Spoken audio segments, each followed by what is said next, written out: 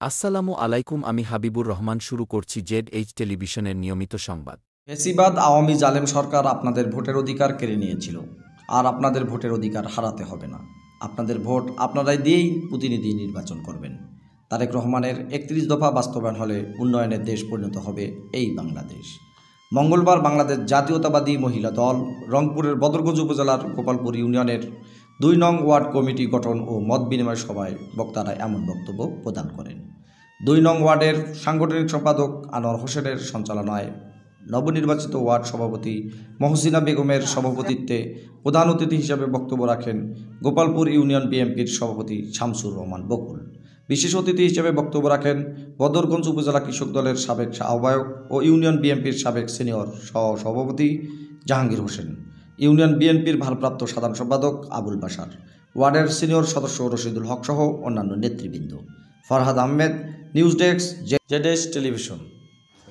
নামি দামি মানে ওরায় দাঁড়িয়ে ২৪ সালের যে সরকার, এই সরকার দেশটাকে শুধু ওদেরই আখের বসে দিয়েছে। দেশের জনগণের কথা, দেশের উন্নয়নের কথা, দেশের জনগণের যেমন মহিলাগণের সুবিধার কথা তারা কখনো কোনটা চেষ্টা করেনি। বাংলাদেশের জনগণের রোশানলে পড়েছে।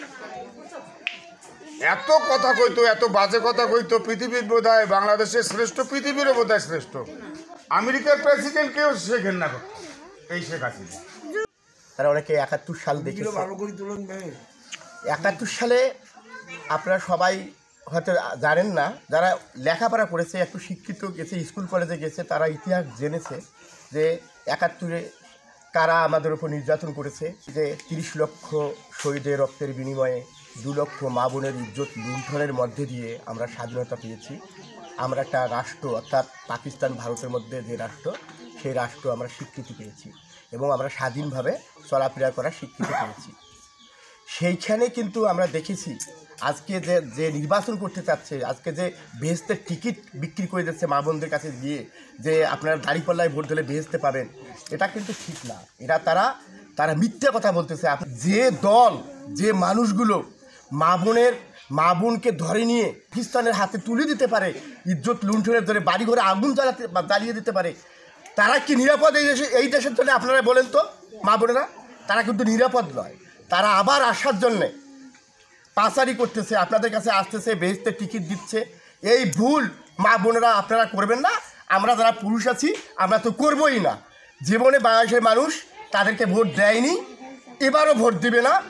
এই নির্বাচনটা সামনে, দেশ রক্ষা নির্বাচন, এই নির্বাচনটা সামনে এলাকার উন্নয়নের নির্বাচন। আপনারা জানেন মোহাম্মদের সরকার সম্পর্কে আমার ছোটো ভাই বলেছে, অত্যন্ত ভালো মানুষ। যে সমস্যায় আমরা জর্জরিত হয়েছি, এই সমস্যার সমাধান করতে হলে এমপির নিজস্ব হস্তক্ষেপ লাগবে।